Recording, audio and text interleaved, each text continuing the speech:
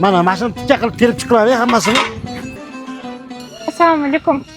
Uyimni remont qilyotgandim. Sanuzilga yarasha kafelizdan bera olasizmi? Pulini beraman. Ha, yo'q, mayli, olavering, pulingiz kerak emas. Rahmat. Arziydi, bolalarga aytaman, olib chiqib berishadi. Joni, Xo'la, men qara, bitta uyga kafil kam chiqyapti. Bu yerga seni ko'z quloq bo'l deb jo'natgan bo'lsam, nima qilyapsan? Bu nima ahvol? ha bitta becharaga oila keluvdi. Ha, Shularga hadya qo'yardi. ha, ehson qildingmi? Ha, baraka keladi. Ha, ishxonamizga. Oyligimni olib qoling bo'lmasam. Yo'q, yaxshi ish qilsan, yaxshi. Yaxshi bo'lasan, sen zo'r ish qilsan. Malades. Assalomu alaykum. Bir minutga qarab qo'ya olasizmi? Qarayapman, mana burilishim mumkin. Keling. Yana sizmi? Nima kerak bu safar? Menga eshik, parket, konditsioner, televizor, spalnya, kuxnya mebel kerak edi. Ha, mayli, olavering. Oling, qancha kerak bo'lsa. Rahmat.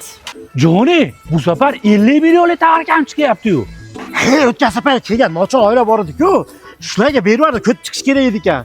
Baraka keladi. Baraka kerak bo'lsa ayting, men mashinani sotib to'layman. Yo'q, yaxshi qilsan, yaxshilik qilib, baraka kerak, lekin sal keyin o'ylang, 50 million, ha? 50 million. Hurmatli mijoz, dalangizni loyihamizda 55 kvadrat uyimiz mana shu bo'ladi. Qarang, uyimiz patkunch holatda bo'ladi. Mebel, texnika, jihozlar, xolodilnik, kir mashina, konditsioner, gilam, hamma yo'g'ini spanelarga da qo'shib beryapmiz. Zo'r, lekin boshlanishiga pul yo'q-da. Pulingiz yo'q bo'lsa ham hijolat olmaysiz. Pasportingiz bilan bo'ldi, hisob uyni berib yuboramiz. Qarang. Cho'ta eshik bekaymi? Va alaykum assalom. Siz kimsiz? Kim aka? Joni? Joni, bu nimasi? Xo'jayin. Kim bo'ldi bu? Xo'jayin, men sizga shu nochor oila bor edi-yu. Ehson qilib shu uyda. Baraka keladi deb. Mashinamdan to'layman xolasiz. Oyligimni olib qolavering. Ha? To'g'ri yo'qa. Mo, nochorda ham bor. Hurmatli mijoz, yuring, aytamizlar. Hurmatli mijoz, bu uyimiz sotilgan ekan. Sizga men boshqa uy ko'rsataman. Ketdik.